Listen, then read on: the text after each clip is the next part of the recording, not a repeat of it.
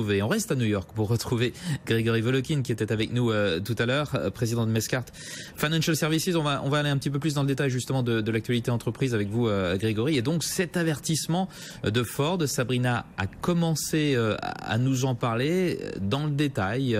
Qu'est-ce qui ne va pas chez Ford par rapport aux autres constructeurs?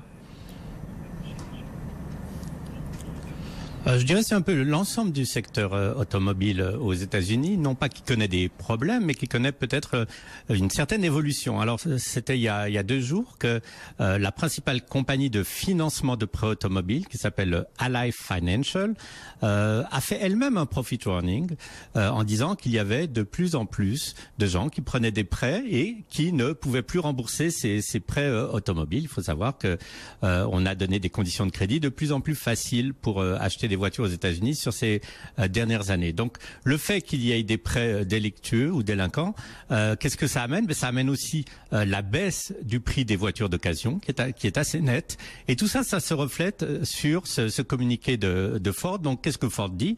Ils disent oui, évidemment, le prix des matières premières, mais ils disent aussi c'est nos ventes à ce qu'on appelle aux États-Unis les fleets. C'est quoi les fleets? C'est les grands acheteurs qui sont les compagnies de location de voitures telles que Hertz et tels que Avis par exemple. Et s'ils achètent moins, et c'est ce qui est en train de se passer, évidemment, ça a un impact négatif sur les ventes d'un Ford ou d'un General Motors. Alors pourquoi ces compagnies achètent moins?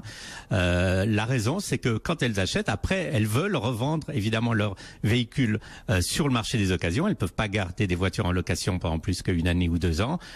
Si les prix à la revente baissent, elles vont en revendre moins parce que ça sera moins profitable. Donc elles vont en acheter moins. Tout se tient. Il faut dire aussi quand même que le marché automobile aux États-Unis avait atteint absolument des sommets sur ces derniers mois et que évidemment maintenant les comparaisons vont être un peu plus difficiles. Donc rien de dramatique chez Ford, mais peut-être un petit point d'inflexion montrant que les jours vont être peut-être un peu plus difficiles à venir. Alors de l'automobile, on va passer à l'internet, à la publicité avec Google qui est aussi dans l'actualité, Grégory, et un possible boycott de la pub sur Google après L'Oréal, maintenant Verizon, AT&T suspendent certaines de leurs pubs. Lesquelles et pourquoi? Oui, alors ça commence assez mal en fait parce que vous dites L'Oréal, mais il y a d'autres compagnies en Europe qui depuis quelques jours ont suspendu leur achat de publicité en partie, L'Oréal, mais il y avait aussi par exemple BMW, HSBC, Fiat, Chrysler, etc. Et maintenant, comme vous le dites, Verizon, AT&T. Alors qu'est-ce qu'on reproche à Google? On reproche à Google que très souvent ces pubs qui étaient sur YouTube, qui appartient évidemment à Google, précédaient des petits films de YouTube qui avaient un contenu que les compagnies n'apprécient pas du tout. Alors ça peut être un contenu qui fait un appel à la violence, ça peut être des images choquantes, ça peut être des propos racistes, des propos antisémites. C'est très difficile de contrôler ce qu'il y a sur Google et les compagnies n'aiment pas algorithmes de Google mettre leur publicité, je ne sais pas moi, pour écoutez, pour le moment, ce qui est intéressant justement, c'est que Google dit on va mettre plus de monde pour essayer de contrôler YouTube, et ça n'a pas l'air du tout d'avoir convaincu ces compagnies, puisque maintenant c'est des compagnies américaines qui se joignent, et même Johnson & Johnson aussi d'ailleurs. C'est un gros problème pour Google. Alors évidemment, pour le moment, ces compagnies vont continuer à mettre de la publicité sur tout ce qui a un rapport avec le moteur de recherche de Google, qui n'est pas affecté. Là, on parle vraiment du site YouTube. Le problème, c'est que petit à petit, le relais de croissance, justement, pour la publicité sur Internet pour Google, c'était justement un YouTube. Actuellement, ça correspond quand même à pratiquement 15%. Ils ne publient pas les chiffres, mais pratiquement 15% de leurs revenus publicitaires. Donc, je dirais, le marché commence à s'en apercevoir. Le titre Google baisse un peu, 2% ce matin, mais s'ils n'arrivent pas, comme vous le dites, à mettre des algorithmes en place ou vraiment des barrières assez sévères, et on n'aime pas du tout le mot censure, évidemment, sur Internet, s'ils n'arrivent pas à mettre des barrières un peu plus sévères, ils vont perdre des sources de revenus importantes. Donc je dirais c'est le début d'une histoire qui va peut-être faire des grosses vagues dans le monde de la publicité sur Internet.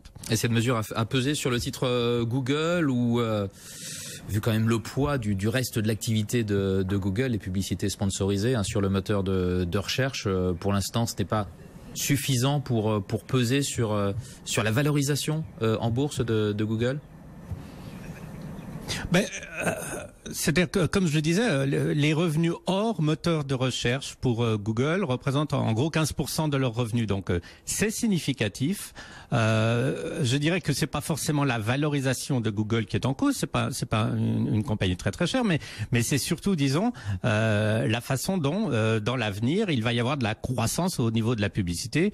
Google compte vraiment sur YouTube, comme sur des Instagram, par exemple, pour de la croissance de leur contenu publicitaire. Donc non, c'est un vrai problème, et si ça se reflète sur le titre que de 1,5 ou 2% ce matin, c'est parce qu'on pense que Google va trouver une solution assez rapidement. S'il ne trouve pas une solution à ce problème, c'est vrai qu'il pourrait y avoir là une vague de défection au niveau des compagnies qui mettent de la publicité sur YouTube. Et dernière question, ça peut toucher un Facebook aussi qui paraît de plus en plus sur la vidéo?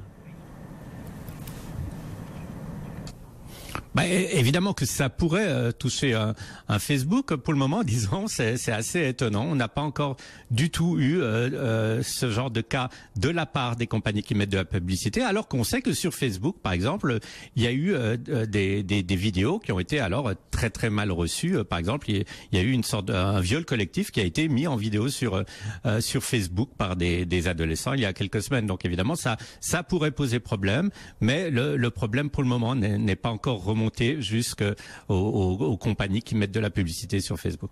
Très bien, Grégory, merci d'avoir été avec nous à deux reprises aujourd'hui en direct de New York. Grégory Volokin, président de Mescart Financial Services, BFM.